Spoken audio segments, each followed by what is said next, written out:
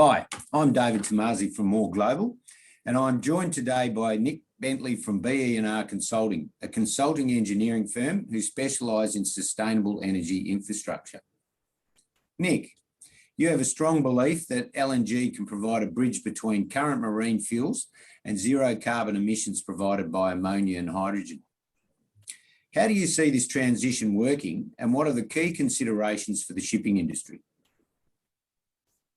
Hi, David, and thanks for having me on.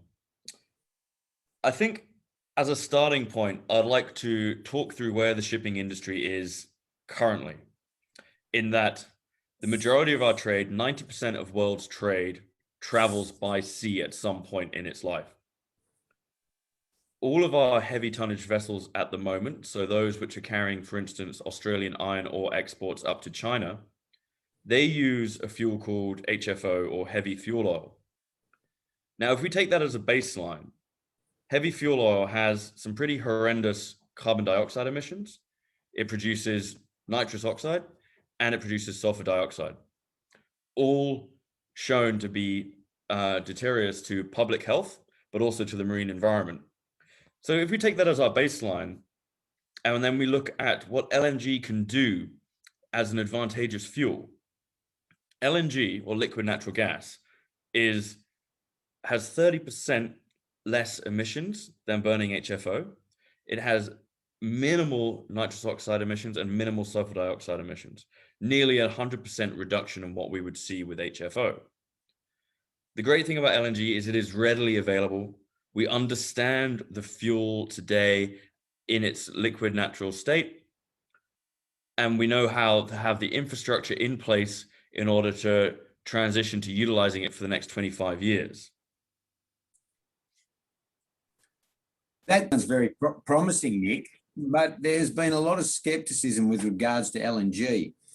How do you counter that?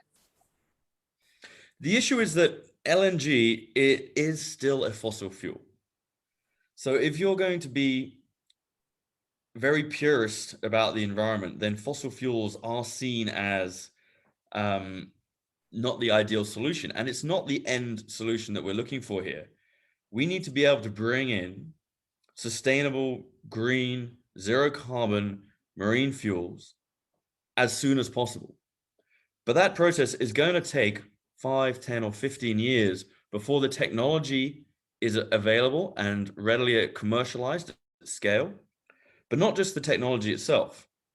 We also need to look at how the fuel itself is generated. Now, if that's going to be ammonia, and especially if that's going to be green ammonia, we're going to need a huge number of electrolyzers, hydrogen electrolyzers to produce hydrogen. And we're going to need the renewable energy infrastructure and generation capacity to actually power those electrolyzers. So the technology is here. I'm not debating that whatsoever.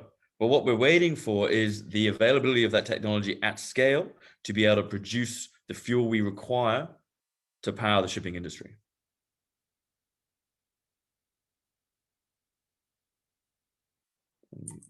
How do you see the transition working, Nick? Well, the great thing is that with LNG, a lot of the storage medium, all the storage tanks, as well as some of the current marine engines that we have in place, they can be tweaked and tuned to be able to handle ammonia.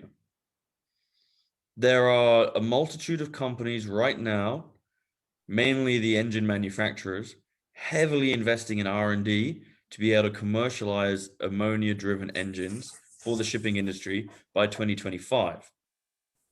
You can also utilize LNG tanks as multi-product tankers, so that if you put in place the correct structures, ammonia is slightly more dense than LNG. So if you put in place the correct structures, you can then reuse your LNG tank to house ammonia.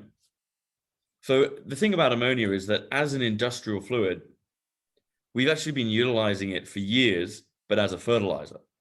So we know how to handle it. We know how to produce it. We can do so safely, and we know how to store it. The difficulty is doing so at a scale required for the marine industry and utilizing ammonia in a slightly different industry whereby regulation and standards need to be applied. And also from a governmental oversight perspective, because ammonia in itself is unfortunately quite a toxic fluid, but there are properties that we do understand and we have the technology and procedures to deal with them. Okay, well, thanks for joining us today, Nick. And I think you've given us a pathway of how we can see LNG as a transition to a greener future. And as we know, every day we delay makes that task a little bit harder. Thank you. Thank you, David.